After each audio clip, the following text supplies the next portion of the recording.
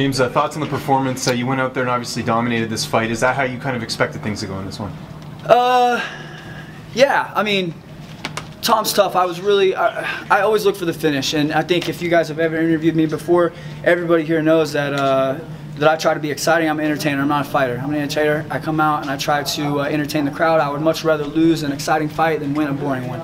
And I'm disappointed in certain aspects of the fight. I just felt like he was doing a really good job. I threw a kick early, caught it, took me down, you know, got my back, and everybody's going crazy. You know, he's not the only black belt in the UFC, but he is dangerous there, and I have to respect that. So, once again, it just goes back to I want to entertain, I want to be exciting, and it kind of sucked because I wasn't able to take the risks that I normally would like to. But at the end of the day, yeah, I mean, I figured he would hang around and you know, take some of those shots. I did not think he would take all of them, though. I thought I would finish him. I hit him with a couple flush head kicks. I hit him with a couple flush knees right on the button. And for most people, it's lights out, but not for Tom. He's a savage. He keeps coming forward. And I got all the respect in the world for him. And how much credit does this win go to your team at Factory X you've been working with? It seems like you've really sort of evolved since you started training there. Yeah, I mean, I'm obviously my home gym, Glory Man Fitness, but I mean, I want to give all my credit to improvement to Mark Montoya at Factory X in Denver.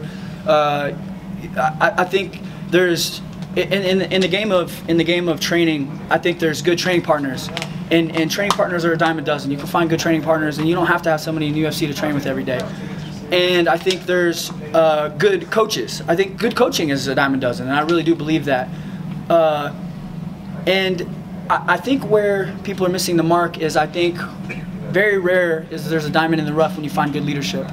And I think with Mark at Factory X, I think that's what I've found the missing piece of the puzzle. And I'm a leader in my gym, but Mark has really done a good job of taking the general role. And you know, whenever I go to battle, not just with him, but with Tim Elliott, LC Davis, I have such an awesome corner. So it's when these guys ask me to do something, it's easy for me to let's just do it. You know what I mean? So I respect all these guys to the utmost level. So whenever they say something, it's how high for me. You know what I mean? How do you feel at 170, and is that where you want to stay? How did I look at 170? It looked like you had a healthier cut. Like you weren't. Yeah, 55 is hard for me to make. 55, I'm walking around probably 190-ish when I'm training, and you know I don't stop training. I'm always in the gym.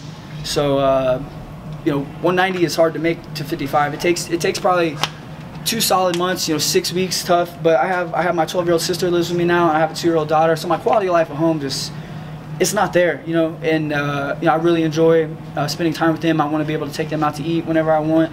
And you know, 70, I still cut 15 pounds to make 70. You know, so it's not like I'm just walking in at 170. I bet I was 190 pounds when I fought tonight. So.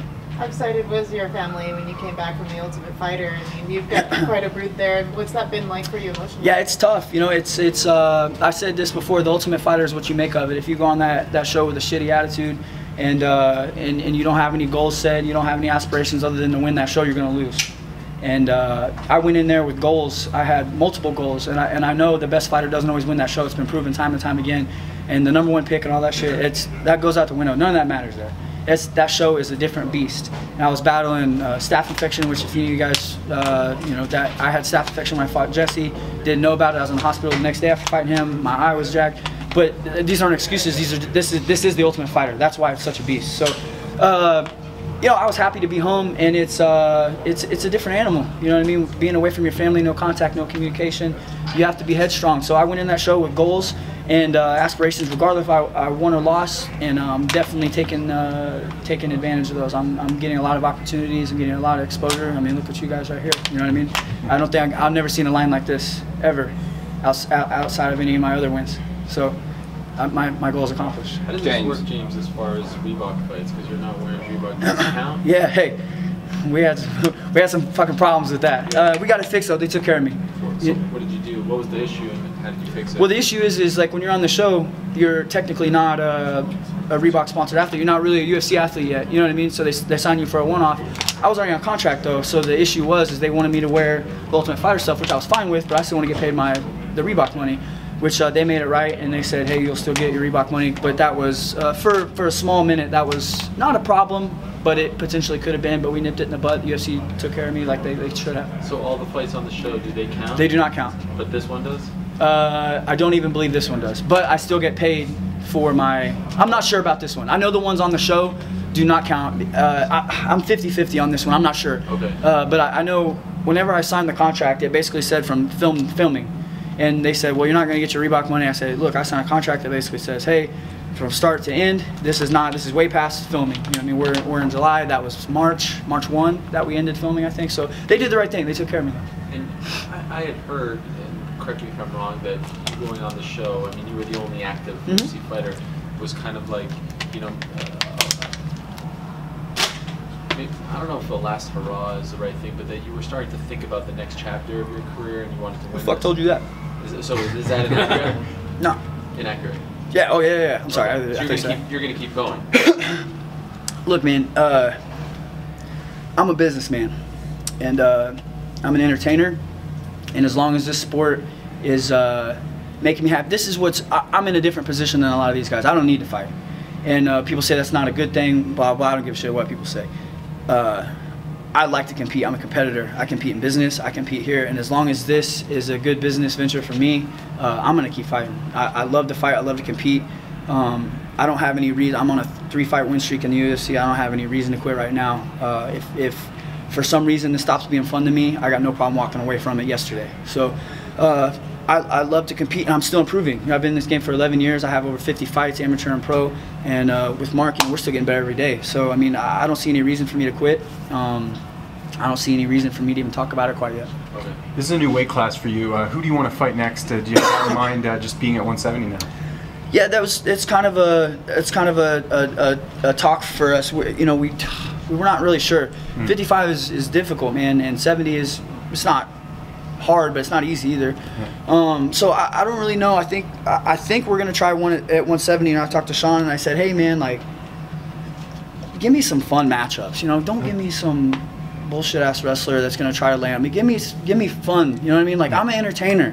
I don't give a shit about rankings, title, and all that bullshit. You guys can criticize me all you want. I don't care about that shit.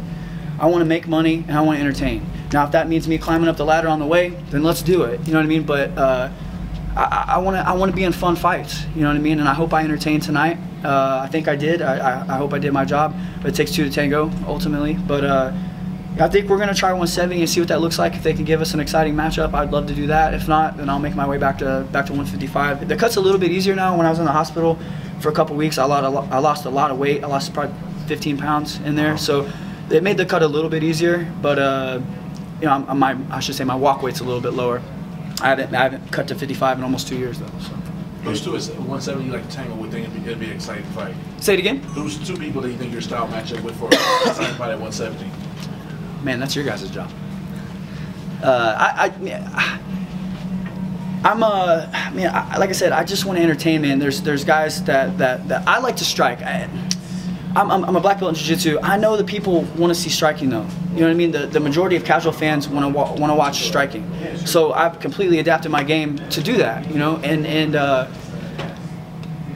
whatever. I really don't care, man. I wish I had a good answer for you because there is good answers out there. If you guys start rattling off names, I'll give you yes or no. Anybody that likes to strike, anybody that's exciting to watch, those are the guys that I want to fight. I don't want to fight boring ass people that want to you know, lay on you and look for decisions. But you can be exciting on the ground. You know what I mean? Like I said, I'm a black belt for a reason. I enjoy jiu-jitsu. I enjoy wrestling. But I just want to be in exciting fights. You know what I mean? I hate people trying to, you know, point system dudes. I want people to try to finish me. You know what I mean? Because it makes it easier to finish them. I want high risk takers. I want, you know, crazy shit. You know what I mean? Like that's the fights I'm looking for. Those are fun for me. Those entice me. I'm excited to solve the puzzle. Do you get knocked out in the process? Oh yeah, I don't give a shit. Dude, I've been beat up in front of millions of people before. I don't give a fuck, bro. It doesn't matter. You know what I mean? That's the thing. That's what makes me dangerous is I don't care if I win or lose. I don't need this shit. My paycheck's coming in regardless, bro. You're also developing into quite the coach as well. Am I? You're welcome. Interesting scenario with Megan Anderson. Very. And you were on from her for a while as you guys started to click, and then she was going to get this title fight. Could you give us an update on how she... You said I was gone? Well, you went to do the show. Oh, yeah. That was way before the... No, I know it was before, but I mean, you're one of her main coaches, correct, right? And you could be with her for at least, what, 6 weeks? Yeah, it was 6 weeks. We talked about it before. There was no fight really put in play. And she had just finished? She fought in January, right? Yes. So the way we had discussed it is my coach, Mark, she comes out there with me every once in a while. So if by any chance that there was a fight that we had to take, she would go to Denver and train with him. Okay. So we had everything taken care of. And but you know, right after I got out, we pretty much went to work on the Cyborg fight, and you know that didn't happen. So How's she doing? How's she handling that? she's a winner, man. She'll figure it out. You know, it's a tough situation to have your dream put in front of you and then not be able to compete. But you know, I think the path is going to be the same. It's just going to take a couple speed bumps to get there. You know what I mean? Okay. And just last thing for me, was it difficult at all in the Ultimate Fighter when you get in there and there are guys who are like, you know, really desperate to get back in the UFC who haven't been in the UFC for quite some time? You're there. Yeah. You've established yourself. Was it at all humbling to put yourself on their level and say like, okay, I can't think of myself as above these guys because I'm already there. They're trying to claw back. You still have your spot, right?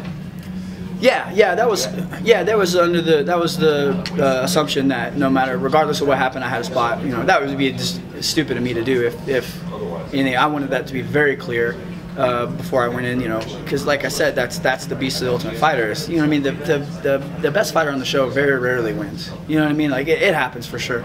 I mean, but in the majority of the case, like you see guys that won the show and aren't doing well, and guys that didn't win the show and that are doing better. It's a tough animal. It's a different type of thing. It's so different.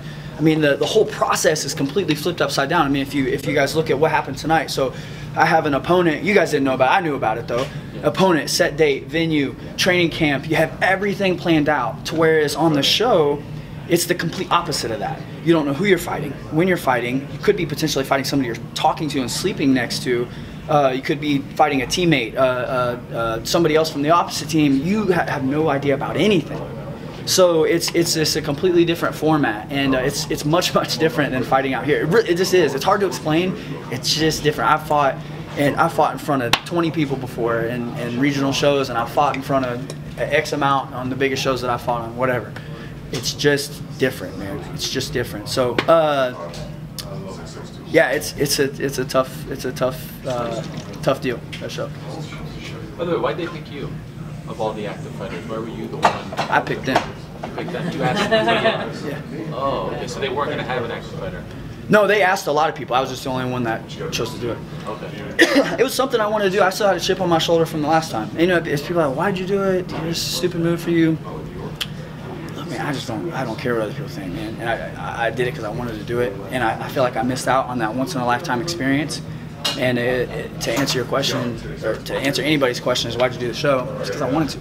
I just wanted to do it. It was something I wanted to do. I've had over 50 fights. I've been down this road a bunch of times, and I wanted a new experience.